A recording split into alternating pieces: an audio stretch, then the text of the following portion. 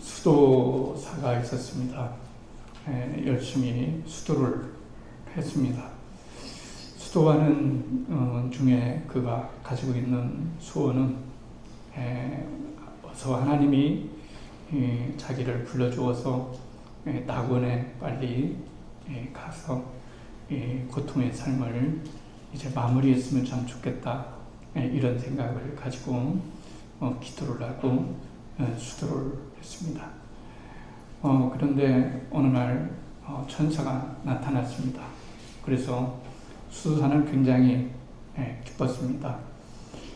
드디어 내가 낙원에 가게 되는가 보다, 내 기도가 이루어졌나 보다, 이렇게 생각하고 천사를 맞이했습니다. 그런데 천사는 수도사에 대해서 얘기는 하지 않고 어디에 가면 아무개가 있는데 그 아무개가 선행을 많이 하고 그리고 하나님께 기도를 많이 하면서 신앙생활을 미란 가운데 잘하는 사람이기 때문에 6개월 후에 그를 하나님께서 낙원에 불러가실 것이다. 그래서 이제 편안한 삶을 살게 할 것이다. 이것을 전해 주어라. 이렇게 말을 했습니다. 자기 일은 아니었지만 천사가 나타나서 자기에게 계시를 해 주어서 힘이 났습니다. 그래서 무럭무럭 그 마을에 찾아가서 그 사람을 찾았습니다. 그 사람을 찾았더니 그 사람은 굉장히 열심히 선행을 하고 그리고 하나님을 공경하면서 이렇게 열심히 살아가는 거였어요. 그런데 가서 천사의 말을 들려주었는데 이 사람은 별로 놀라는 것도 없이 평상시에 자기가 생활했던 대로 할 수 있는 한 많은 사람들을 도와주고 그리고 선행을 많이 하고 그리고 기도생활 또 신앙생활을 그냥 열심히 하는 것뿐이었습니다. 돌아봤습니다. 그래서 6개월이 지나는 말을 기다리고 있었습니다. 정말 하나님께서 그를 낙원에 데려가실 것인지. 그런데 6개월이 지났는데도 그 사람이 죽었다는, 낙원에 갔다는 소식은 없었습니다. 가서 보니까 그 사람은 멀쩡히 살아서 옛날과 다름없는 그런 생활을 하고 있었어요. 그러니까 이 사람의 마음이 별로 좋지를 않았습니다. 왜냐하면 자기는 분명히 천사의 계시를 받아서 예언을 했는데 예언의 말이 빗나갔기 때문에 이 사람이 실족하게 된 겁니다. 이 수도사가 실족하게 되었어요. 이제 내가 어떻게 사람들을 볼까? 자신있게 천사의 말을 전하고 하나님의 말을 전해서 6개월 후에는 이 사람이 낙원에 가 있을 것이다라고 이렇게 얘기를 했는데 이 사람은 멀쩡하게 살아서 예전과 다름없이 사는 거였어요. 괴로웠습니다. 너무 괴로웠어요. 그리고 밥도 들어가지 않았습니다. 자기에게 다른 사람이 어떻게 생각할까? 그 눈초리, 전 가짜 수도사야, 가짜 예언자야, 그렇게 뻥뻥 치면서 얘기하더만 하나 맞는 것이 없잖아. 이렇게 생각하는 것을 보니까 자꾸 사람들이 자기에게 거짓말쟁이라고, 가짜 예언자라고, 가짜라고 얘기하는 것 같아서 도저히 견딜 수가 없었습니다. 그래서 열심히 하나님께 기도했습니다. 이게 웬일이냐고. 저는 분명히 천사의 말을 전했는데 그 사람은 낙원에 가지도 않고 3년이 지났는데도 지금도 멀쩡하게 저렇게 살아서 옛날에 하던 선행을 계속해서 아무런 일 없다는 듯이 하는 것이 무엇인가, 이렇게 천사에게 물었어요. 천사가 3년 후에 나타나서 다시 이 사람에게 말을 한 거예요. 여보게, 자네는 너무나 엉뚱한 것에, 신경 쓰지 않아야 될 것에 신경을 쓰고 있네. 이미 그 기도 제목은 이루어졌다네. 이렇게 말하는 거예요. 그래서 아니, 지금도 멀쩡히 살아있는데 왜 그 사람이 낙원에 가 있다고, 죽었다고 말합니까? 이렇게 말하니까 천사가 말하기를 사람은 죽기 전에 죽는 것이 중요하다네. 죽기 전에 죽는 것이 중요하다. 이 사람은 이미 죽은 거나 다름이 없다네. 그래서 그의 마음은 늘 천국에 가 있고 그의 마음은 늘 낙원에 가 있기 때문에 이 사람이 가지고 있는 것은 이 육체의 홀뿐이지 남은 인생을 더 여기서 무엇인가 의미 있게 살라고 남겨둔 거지, 이미 이 사람은 죽어서 천국을 맛보고 낙원을 맛보는 거네. 그래서 죽기 전에 죽는 것이 정말로 중요한 것이네, 이렇게 말씀을 했다는 거예요. 아브라함의 길에서 가장 결정적인 사건은 모리아산입니다. 인생을 살아가다 보면은 결정적인 사건들이 있습니다. 사실 이 사건들 하나하나가 쌓여서 나의 진정한 삶이 되어지고 또 내 모습이 되어진다는 것을 알게 됩니다. 하나님께서 아브라함에게 자신의 독자 이삭을 모리아산에 가서 번제도 바치라라고 하는 거예요. 근데 번제로 바칠 때에 과정이 있는데 이 번제물을 묶는 거였어요. 그렇죠? 번제를 묶는 겁니다. 결박하는 겁니다. 그러니까 이삭을 결박하는 거죠. 그래서 이삭을 결박하다는 말을 히브리어로 아케다라고 하는 말을 씁니다.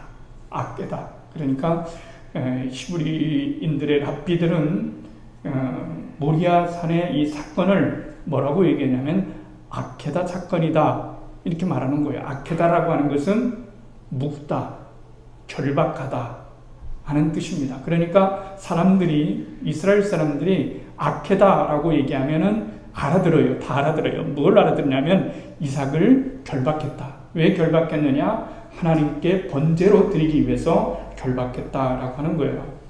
그런데 우리가 이 본문을 읽으면 굉장히 이해가 안 가는 경우가 사실 있습니다. 우리 얘기가 아니기 때문에 그냥 대충 이렇게 하나님이 좀 무리한 요구를 하셨네.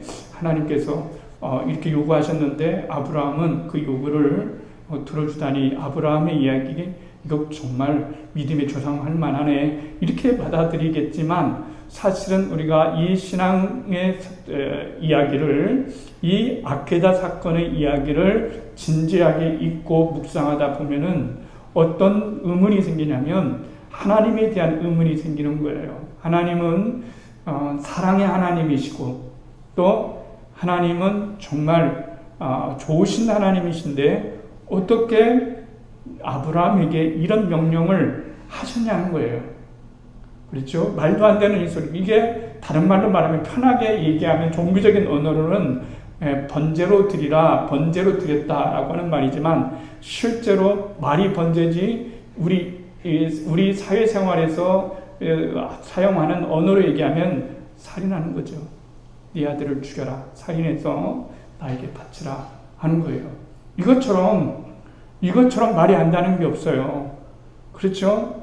우리의 신앙에 파문을 일으키게 할 수 있는, 신앙의 감수성에 파문을 일으킬 수 있는 장면이 오늘 우리가 읽었던 아브라함이 아들 이삭을 결박해서 번제로 드리려고 했던 이 아케다라고 하는 이 사건인 것을 알 수가 있습니다. 아브라함과 이삭의 입장에서도 또 마찬가지, 이해할 수 없는 부분들이 참 많아요.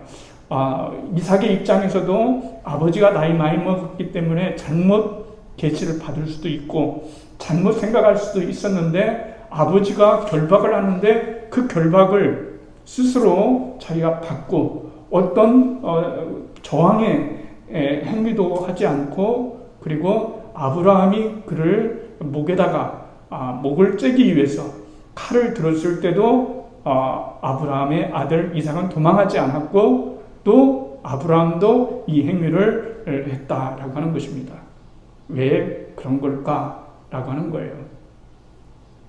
왜 아브라함은 이런 시험을 받아들였을까라고 하는 것이고, 하나님은 왜 이러한 시험을 아브라함에게 주셨을까라고 하는 것이고, 우리는 이 성경을 읽으면서 도대체 어떤 교훈을 우리에게 말해주고자 이 성경은 우리들에게 오늘날에도 이렇게 현실적으로 존재하는가라고 하는 것을 우리가 생각해 볼 필요가 있어요. 왜냐하면은 아브라함이 받은 축복은 너무나 크기 때문에 그렇습니다. 아브라함이 받은 은혜는 너무 크기 때문에 우리 모두가 다 아브라함의 축복을 받기를 원한다면 우리가 그 아브라함의 삶에서 일으켜지는 그 어떤 것이 우리들 가운데도 있어야 되기 때문에 그렇습니다. 오늘 성경에 읽어가면 그 일 후에 그렇게 말하고 있어요. 하나님이 아브라함을 이렇게 하신 것은 뭐냐면 단도직입적으로 얘기하면 시험이었다 이렇게 말합니다. 하나님이 참으로 무자비하게 네 아들 독자 이삭을 결박해서 죽이고 번제로 바치라라고 하는 이 사건은 쉽게 말해서 하나님이 의도하신 일이었지만 그 의도하신 내용에는 뭐가 있냐면 시험, 한번 떠보기 위해서 그랬다. 시험하기 위해서 이렇게 말씀하시는 거예요. 그런데 그 떠보기는 시험, 너무나 어마어마한 이 놀라운 이 시험은 언제 있었느냐라고 하면은 그 일이 있은 후에, 그 일 후에, 이 단어가 굉장히 중요한 거예요. 그러면 그 일이라고 하는 것은 언제라고 말하고 있습니까? 아브라함이 하나님의 말씀을 생명을 걸고 순종하는 그런 사람이 되었을 때에, 그리고 충분히 하나님의 말씀을 알아들을 수 있고 깨달을 수 있는 그런 훈련이 되어 있는 그런 상황 가운데서 하나님께서 이 말씀을 하셨다는 거예요. 그러니까 하나님은 우리들에게 시험을 주실 때 감당할 수 없는 시험은 절대로 주지를 않고 감당할 수 있는 시험을 주셨다라고 말하는데, 아브라함의 신앙생활이 몇 년인지 아십니까? 아브라함은 175년을 살았어요. 그리고 75세에 부르심을 받았어요. 그러면 신앙생활은 100년 한 겁니다. 신앙생활은 100년 한 거예요. 그러니까 오늘 아케다 사건, 이삭을 결박해서 하나님께 번제물로 드리는 이 사건은 3일간으로 되어 있습니다. 그런데 이 3일간으로만 해석되어지지 않는 것이 오늘 모리아산의 번제 사건이에요. 이것은 아브라함의 인생의 전체의 맥락에서, 그리고 아브라함이 겪었던 사건의 모든 전체의 맥락에서 해석되어질 때에 이 사건을 우리가 진지하게 그랬구나 라고 하는 사실을 받아들일 수 있는 것이지, 단 3일 동안에 이루어지는 그런 일만으로는 절대로 이 성경은 이해될 수가 없는 거예요. 하나님께서 시험을 하셨어요. 그러면은 우리가 시험 본다고 하지 않습니까? 사람들이 고등학교 학생들이나 수험생들이 저마다 목표하는 대학을 들어가기 위해서 시험을 칩니다. 시험을 치는 수단은 뭡니까? 수능이라고 하는 수단을 통해서 시험을 치게 되는 거죠.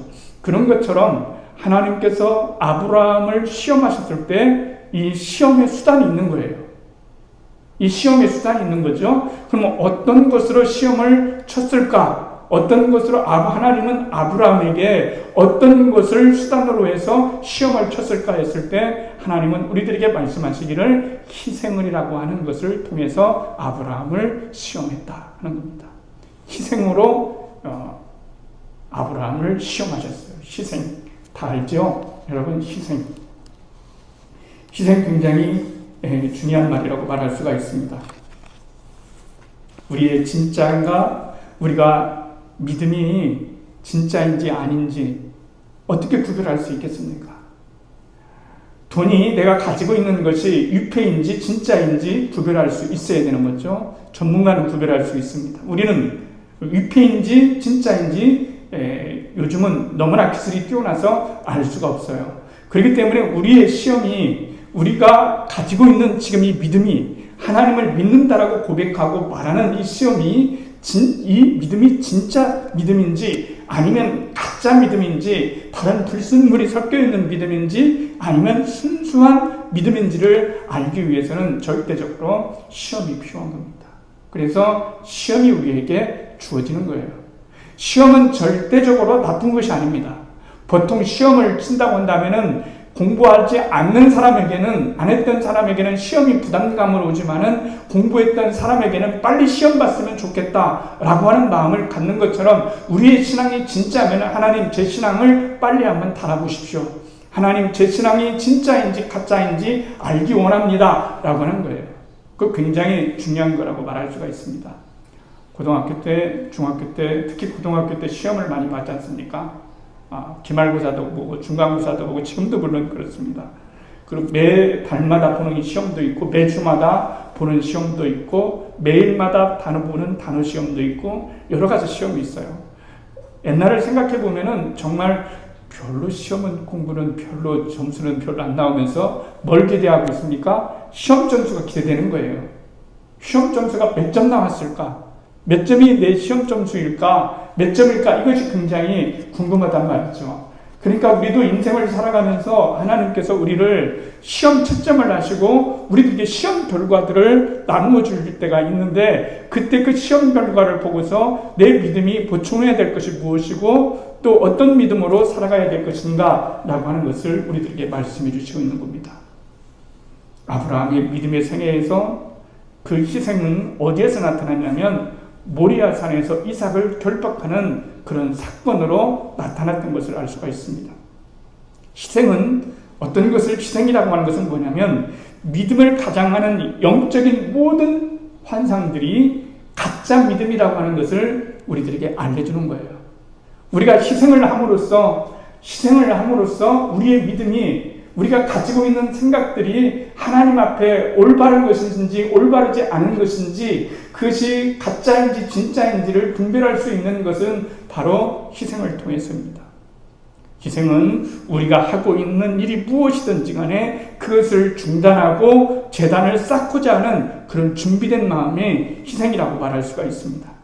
희생은 우리가 지금 들고 가고 있는 것이 무엇이든지 간에 우리는 지금 무엇인가를 들고 가고 있어요.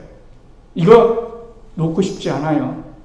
그런데 하나님께서 희생이라는 것을 통해서 지금 들고 가고 있는 것이 무엇이든지 간에 그것을 결박해서 제단 위에 올려놓고 하나님이 그것을 가지고 어떻게 하시려는지 보고자 하는 준비된 마음이 희생이라고 말할 수가 있습니다. 이해가 가십니까, 여러분? 여러분이 인생을 살아가면서 지금 무엇이든지 지금 가지고 살아가고 있어요. 내가 지금 무엇인가 품고 살아가고 있어요. 그런데 이 네가 품었던 것, 네가 가지고 있던 것, 이것을 진짜로 널 고통을 주는 것이든 네게 기쁨을 주는 것이든 어떤 것이든지 간에 그것을 제단 앞에 내려놓고 하나님께서 그것을 통해서 나에게 어떤 일을 하시는 것인지, 하나님이 그것을 통해서 나에게 무슨 일을 해야 될 것인지를 보여주는 것, 보여주고 기다리게 하는 것, 이것이 희생이라고 말을 할 수가 있습니다. 아브라함은 갈대아 우르를 떠났어요. 하란으로 떠났습니다. 그가 처음부터 한 일은 뭐였냐면은 희생제사를 쌓는 거였어요. 희생제단을 쌓는 거였어요. 세겜, 베델, 헤브론, 계속해서 그가 갈 때마다 무엇을 쌓냐면요, 희생제단을 쌓습니다. 그럴 때마다 그는 좀 더 많은 것을 배웠고 더 깊은 것을 얻었고 하나님의 명령과 약속에 대해서 날카로운 통찰력을 갖게 된 것도 바로 이 희생을 통해서, 희생제사를 통해서 그랬다는 것을 알 수가 있습니다. 그는 갈 때마다 내려놓는 것을 배웠어요. 내려놓는 것을 배웠어요. 포기할 줄 아는 것을 배웠습니다. 그때마다 그는 받아들이는 삶도 얻었어요. 삶도 배웠어요. 그러니까 두 가지를 배운 거죠. 내려놓는 것도 배울 수 있고, 그리고 받아들이는 것도 배울 수 있고. 이게 신앙인 거예요.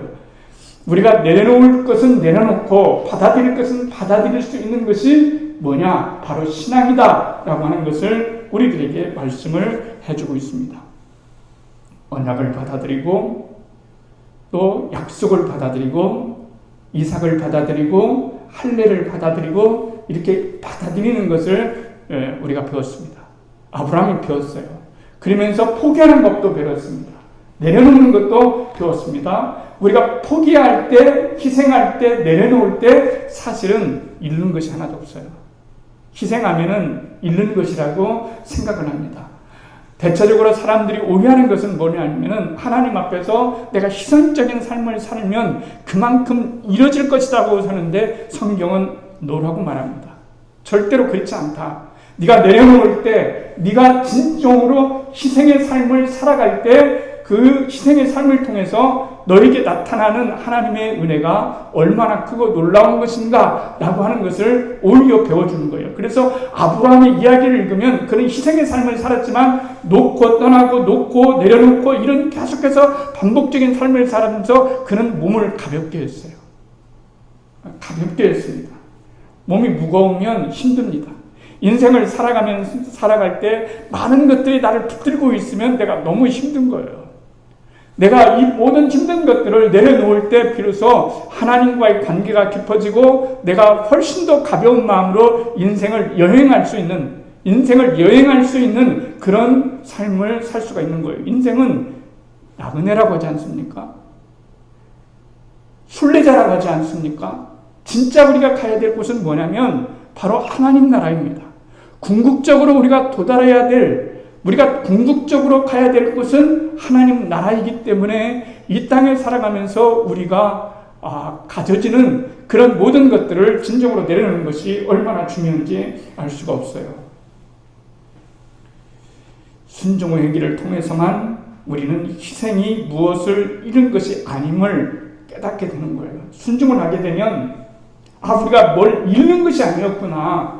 아브라함을 통해서도 보여지는 것이 뭡니까? 그들이 포기하고 내려놓고 계속해서 그의 인생을 가볍게 할 때마다 그가 잃은 것은 사실 하나도 없어요.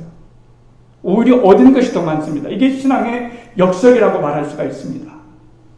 언젠가 이용규 선교사님이 잘 아는 있지 않습니까?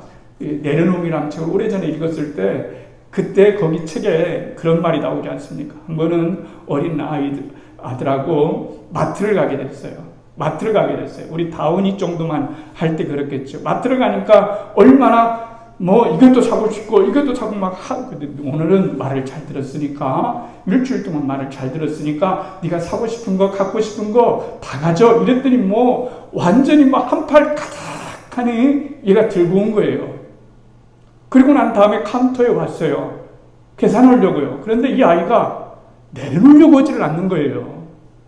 왜 내놓으려고 하지 않는 걸까요? 자기가 열심히 얻었는데 이것을 다시 내려놓으면은 자기 것이 되지가 않고 이걸 빼앗기는 것처럼 느끼기 때문에 이걸 내려놓지 않는 거죠. 설득하느라고 참 혼났다고 그래요.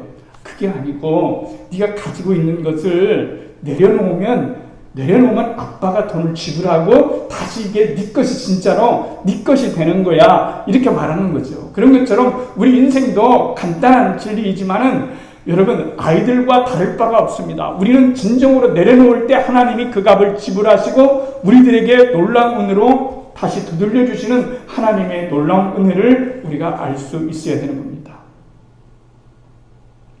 바로 그런 겁니다. 모리아산의 결박 사건은 우리가 인생을 살면서 신앙이 더욱더 깊어지기를 원하지만 희생을 가볍게 여기는 사람들에 대한 꾸짖음이라고 말을 할 수가 있습니다. 모리아산에서 하나님이 시험하시는 아브라함의 믿음은 추상적이지 않습니다. 우리가 아이들이 보는 시험은 이렇게 교실에서 보죠. 교실에서 봅니다. 충분히 지적인 시험이기 때문에 그렇습니다. 그러나 하나님께서 우리들에게 주시는 시험은 지적인 시험이 아니라 현장 학습입니다. 현장의 시험이에요. 현장을 통해서 너희들이 말씀을 배웠다면, 너희들이 말씀을 읽었다면, 기도했다면 현장 속에 들어가서 그리고 진정으로 그 현장 속에서 네가 네 자신을 내려놓고 포기할 줄 알고 하나님께 내려놓을 줄 알았을 때에 그때 얻어지는 하나님의 놀라운 풍성함을 진정으로 너희들이 얻기를 원한다라고 하는 것을 우리들에게 말씀해 주시고 있는 거예요. 우리에서 하란으로 갔습니다. 또 가나안으로 갔습니다. 그리고 저 밑에 있는 브엘세바까지 아브라함이 갔어요. 가는 곳곳마다 어려움이 있었지만은 그는 그 가고 있던 곳마다 하나님께 예비하는 제단을 쌓았습니다. 믿음으로 이집트로 우회했던 일, 조카루에게 롯에게 베풀었던 자비, 멜기세덱에게 지불했던 11조, 언약의 비전과 희생, 이스마엘의 그 인내와 출산, 그리고 명령에 따라서 행했던 할례의식, 마물의 상수리 안에서 만났던 세 사람, 그리고 그 사람에게 베풀었던 일, 소금과 고모라를 위해서 중부기도 했던 일, 그리고 하갈 사건, 아비멜렉과의 협상, 이 모든 것들이 어디로 향하고 있냐면 모리아산으로 향하고 있는 거예요. 결박, 이삭의 결박으로 향하고 있는 거예요. 이 모든 사건들이 어우러져서 이제는 마지막 시험인 것처럼 보여지는 아케다의 사건, 이삭을 결박시키는 그 사건으로 여러분 가게 되는 것입니다. 하나님과 우리 영혼에 대해서 모리아산의 시험이 묻는 질문은 뭐예요? 그런 거예요. 도대체 하나님은 왜 이런 시험을 아브라함에게 주셨는지, 그리고 아브라함과 이삭은 왜 시험을 당했는지 하는 그거에 대한 대답은 이렇습니다. 신앙이라고 하는 것은 절대적으로 하나님을 이용하는 것이 아니고 하나님께 사용받는 것이다 라고 하는 것을 우리들에게 깨닫게 하시는 거예요. 아니 목사님, 우리 중에 감히 하나님을 이용하려고 하는 사람이 어디 있겠냐고 말하지만 실상은 우리의 모든 것들이 하나님께서 우리를 섬기기 위해서 존재한다고 느껴지는 거예요. 하나님은 내 문제를 풀어주셔야 되고, 하나님은 이런 것 해주셔야 되고, 하나님은 이것도 해주셔야 되고, 이런 것이 일어나지 않으면 굉장히 화가 나는 우리들의 모습을 바라보면 우리가 하나님 앞에서 하나님께서 우리들 위해서 섬겨주시는 하나님으로 계시는 것이지 우리가 하나님을 섬기는 자로 있다고 하는 사실을 망각하기 때문에 모리아산의 결박 사건, 이 아케다의 사건은 우리들에게 진정으로 신앙이라고 하는 것은 우리가 하나님께 사용받는 것이다. 우리가 하나님을 이용하는 것이 아니라 하나님께 우리가 사용받는 것이다 라고 하는 높은 진리를 우리들에게 말씀해 주시는 거예요. 그래서 아케다 사건이 필요합니다. 그래서 인생이 필요한 것입니다. 시험을 보면은 우리는 어떤 것에서 우리 자신이 하나님을 이용하려 했는지, 하나님께 사용받으려 했는지를 분명히 OX, 세모, 이 모든 것들을 깨달을 수가 있기 때문에 그렇습니다.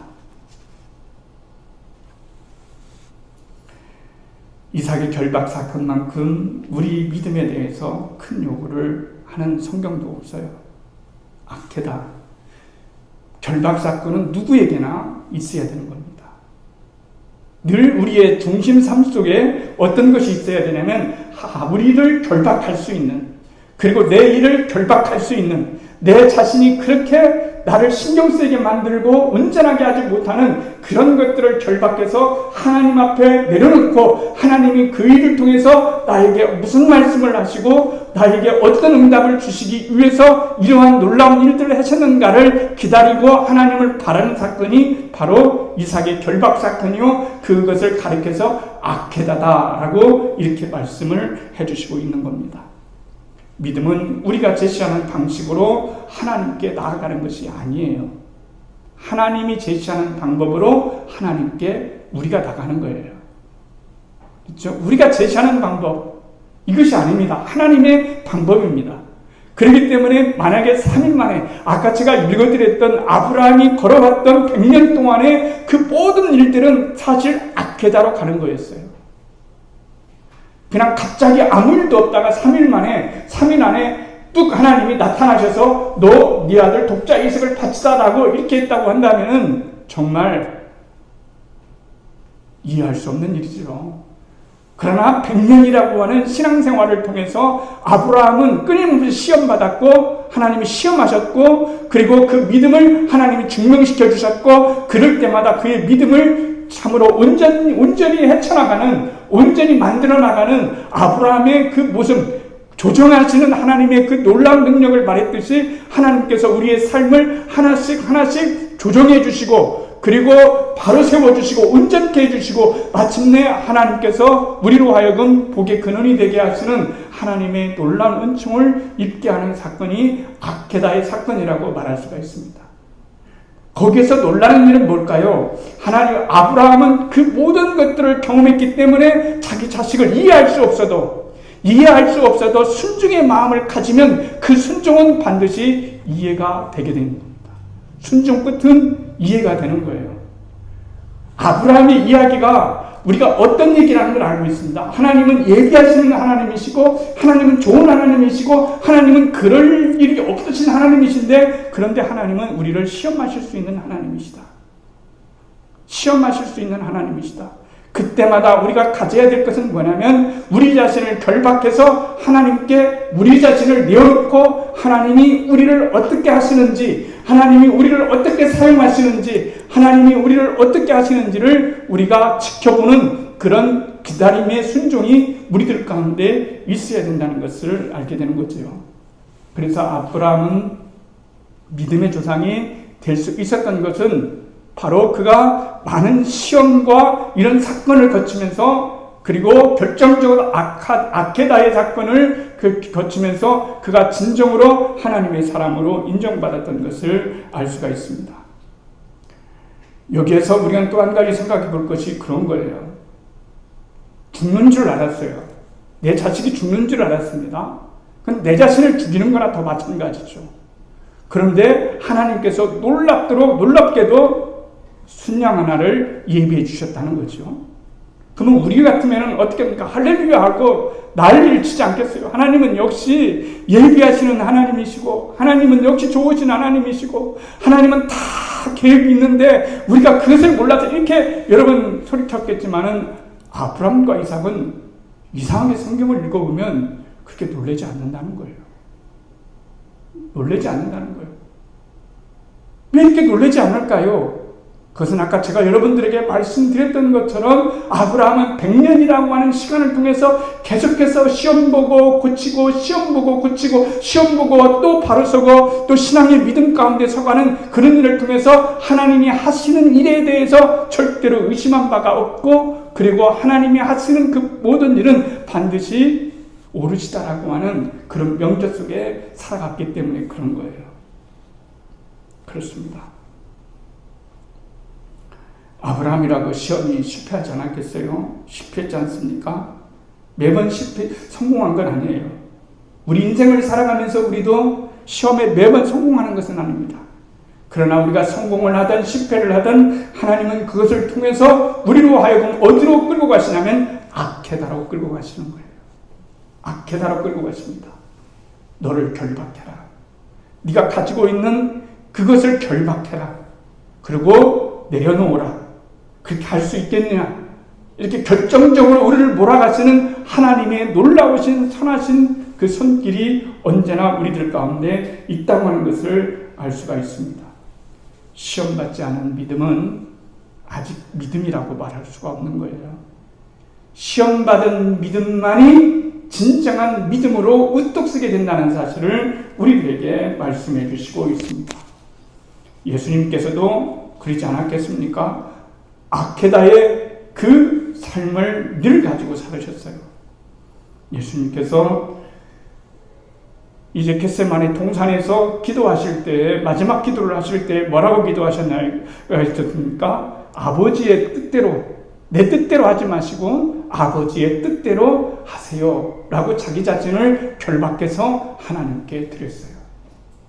아버지의 뜻대로, 내 뜻대로 마시고 아버지의 뜻대로 하세요. 아버지의 뜻이 옳으신 겁니다. 아버지의 뜻이 선하신 겁니다. 아버지의 뜻이 결국 저를 승리자로 만들 것입니다 라고 하면서 내 뜻을 결박하고, 내 성향을 결박하고, 그리고 내 태도를 결박해서 하나님께 내려놓고 나아갔을 때 하나님께서는 놀랍도록 우리들에게 그것을 통해서 우리의 믿음을 인정하시고 우리를 축복하시는 하나님의 은총을 경험할 수 있게 되는 것을 알 수가 있습니다.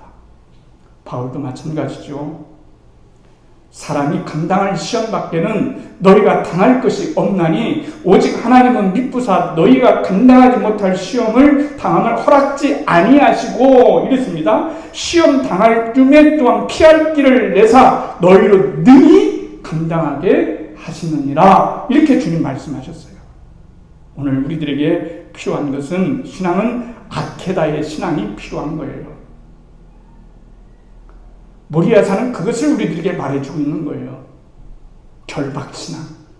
나 자신을 결박해서, 내 삶의 태도를 결박해서 하나님께 내어드릴 때 하나님은 그 속에서 무한한 은총을 받으시고 우리에게 승리를 안겨다 주시는 하나님의 놀라운 선함이 거기에 있다는 사실을 기억할 수 있어야 됩니다.